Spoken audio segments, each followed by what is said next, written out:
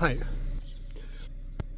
welcome here. I am here at this moment in Beira, Portugal, and we are going to talk about a very important subject in Taoism and Chinese medicine, namely the Shandong Jing. And let's go very deep into that. I'm going to publish it very soon. I'm almost ready with a complete translation of all the different chapters. That's about 16 chapters. So if you are interested in these kind of things, make sure you have a sign up for that very soon as it is coming.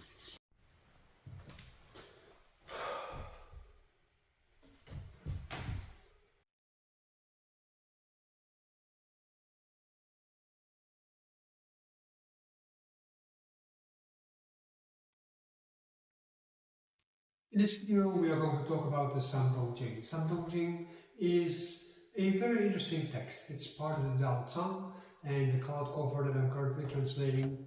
It is being extensively discussed and it has a totality of about 16 books. Every book is divided in different chapters and in essence you can say this book is talking about the occult philosophy of the Taoist religion.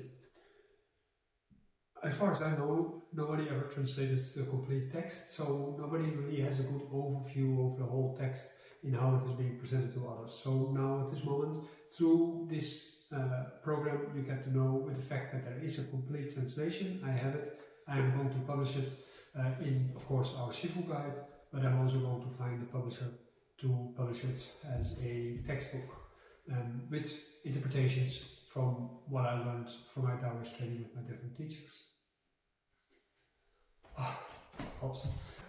At the moment when you look at the Shandong Jing, you can see that the text as a whole, with its 16 chapters, 16 books actually, with these different texts. If you look at the Shandong Jing and you look at these different chapters, they all have a particular kind of theme. But what comes together in it is that it reveals how Taoists develop the internal vision, with looking into the body as a landscape or as a world of a society of gods and spirits, and how that relates to your physical well-being. And you see that it is the root of what you can call Chinese medicine. Not the Chinese medicine that you nowadays see as TCM, with its Western influence and with its adaptation of herbal theory to make it into an acupuncture theory by the Chinese Communist Party engineers. But actually the Chinese medicine as it was intended, and also how Zhang Zhongfen actually intended Chinese medicine in his time in the Ming dynasty. And you can also see in this text that it is a text from the Ming dynasty, because the commentator, the writer of the chapter, actually talks about the Ming dynasty and how he developed himself with this text, and how we can all develop through this text. But it has to be clearly studied, and I will read to you a part of the text for about 4.5 minutes, in which you can see what it actually means. And then after that I'm going to go through particular parts. I'm going to explain this to you, and this is where it becomes really very interesting, and you will see that the text is motivating. That's probably the best word to say. Daoland says, those who have use of the three caves can understand the words of the cave. Tongxuan Da, that is, the refinement achieved through the occult, and its unity is achieved through the three parts. So there are three cavities. The first is Dongzhen, the second is Dongxuan, the third is Dongshun. It is the mysterious decree of the three scenes. The spiritual chapter of the 8 meetings, the script of the phoenix seal and the dragon, and the script of the gold and jade. Those who practice it will be enlightened by this, and those who study it will be able to return to the source. Therefore, Yijing Chu says, the three whole scriptures and symbols, the outline of Taoism.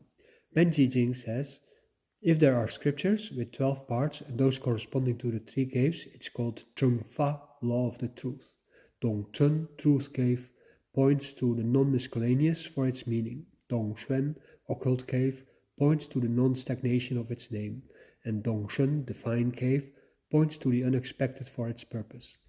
Therefore, the caves speak well. The three cavities are up and down, placed vertically, and their meanings are connected.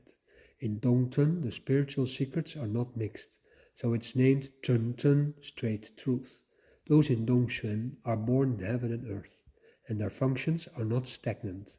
Hence the name The author of Dongshen summons and controls ghosts and gods, and his achievements are unpredictable, so he is named Shun, divine.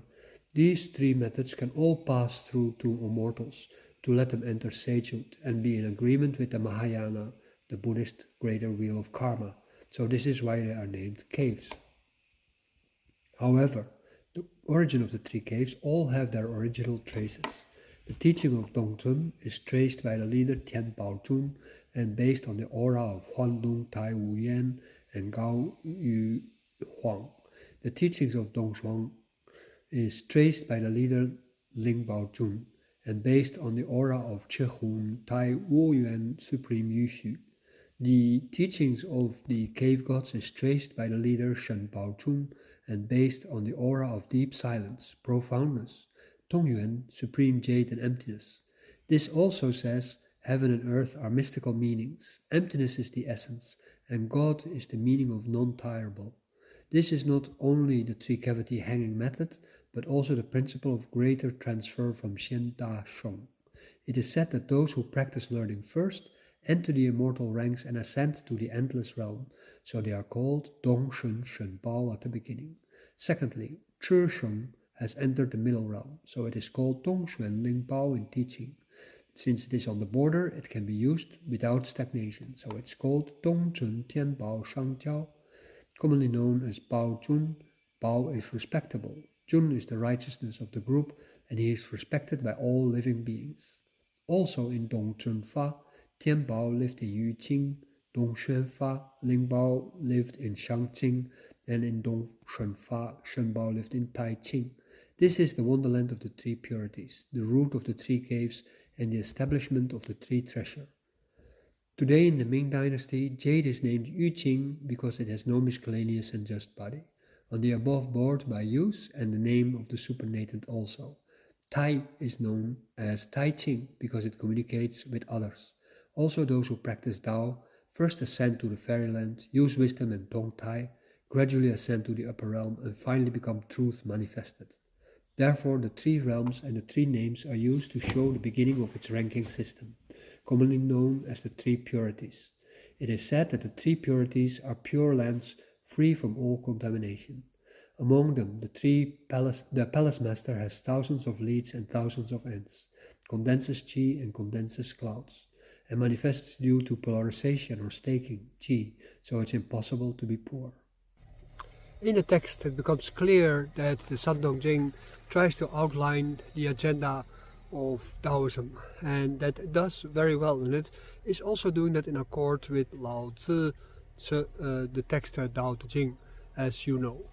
When you look at the modern translations of the Dao De Jing, you very often see a sort of Christianized version of the text, but in the original Chinese, when you look back at it, it actually describes how you as a reader become a sage, can become a sage, and because of becoming a sage, actually can travel between the three realms. So the Shandong Jing talks about the three realms as three cavities, three caves from where you move to place to place. And do not think like that as Plato used to think about caves, because this was the limitations of your being, while in this case these are the realms of your being, and you have to travel through these things.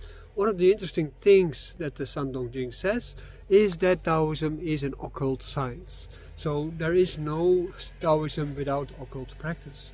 And that is very important to realize, because Taoism did a lot of things just for the sake of serving the community. The rituals that people do are usually state sanctioned to strengthen the state, but also to strengthen the emperor and to strengthen the society as a whole, in a similar kind of fashion as Confucianism does, but then with the use of deities. And in the moment when you are going to study this stuff, then at that moment you enter the path of occultism. And that is very interesting, because that makes it something completely different than what you might think from these things as a whole. Then the next important thing, and that's actually what it starts with, is that the use of the Shandong Jing makes what it is for you. So even though it is a occult text, at the moment when you don't have any use for it, you don't have any use for it. So then the Shandong is just a text. And it is very interesting, and you can study its linguistics and so on, but it is not going to be enough. But at the moment when you can understand it, it can help you reach enlightenment. And at the moment when you reach enlightenment, then at that moment of course you make one step further. This introduction to the Shandong makes clear that your spiritual refinement, or your refinement in your alchemical process, or in your external behavior towards the people around you, all these kind of things, they are the result of occult study. What the Shandong also says is that you have to study all three caves. So as you know, Taoism is divided in three caves, and a lot of people, they focus their whole life on one of the caves. But in reality, it says you have to study all three caves, and you have to practice aspects of all three caves.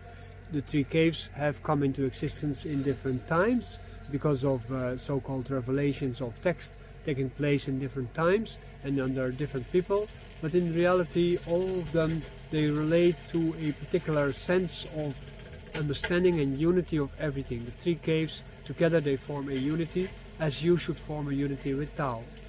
What is most interesting though is that the Shandong says that if a text is written and it corresponds with the Shandong, then at that moment it is part of the truth of the law. The truth of the law means that it is automatically true because it is related to the Shandong, and the Shandong is the most holy of texts. And the reason why it actually is so holy is because it goes back to the Tao Te Ching. And as a result of that, it is going to the same source. And that is something that you do find in the Shandong as a confirmation of the Tao Te Ching that you do not find in the translations of the Tao Te Ching. So in that sense, everybody back to the drawing board. We have to make new translations of the Tao Te Ching. What I personally think that is very interesting about this is that in essence everybody can write a text that can fit in with the Shandong, and because of writing this text fitting in with the Shandong, you actually are going to create a pathway towards enlightenment for yourself and for others also. But the prerequisite, and that is the hard part of it, and to be able to fit into it, you first have to achieve it. If you do not first achieve it, then whatever you write is just pure nonsense. It is not part of the same truth law, for the simple reason that it is not provable for anybody else except a master. What it also proves is that the Shandong text is part of a living tradition. Every one of us can eventually also become part of that living tradition through practice. And that is basically it. You have to build yourself an occult lifestyle where there is space for discovery of what Tao is, but also for who you are and what you are not. And in respect to Tao, you are not all the characteristics that you have been building up over your life, that you say, this is my personality, this is who I am, and so on and so on. But it is in fact the being that you're supposed to be, and for this you have to go back to your origin. Hey puss, hey mouse, hey puss. There's a cat here. I like cats.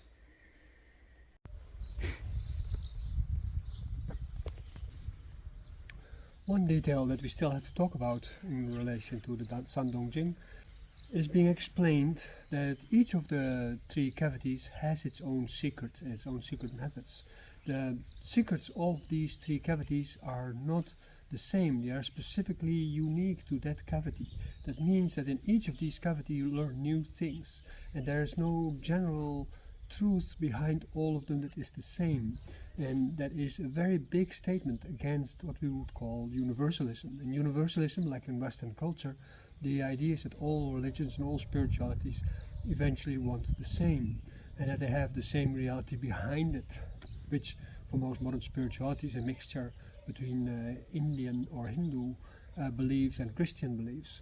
When in Taoism though, maybe because of the fact that it has so many different kind of deities and immortals and all kind of beings that are all roaming the realities, they all live in their own reality, you can say. So if we talk about the Shandong, each of these cavities, they have their own reality and they have their own truths. And the truth that we talked about earlier is then the truth law is that each of these cavities has its own laws, has its own rules, has its own truth. And for me, this is just a validation of what I already say for a long time, that all religions and spiritualities, they have different goals, they want different things, they expect different things from you. And on the superficial level, yeah, sure, they all seem to be very similar, because they all want you to be happy, to become profitable and so on. That is a capitalist religion. But they all want you to adhere to the rules of that religion to reach their goals.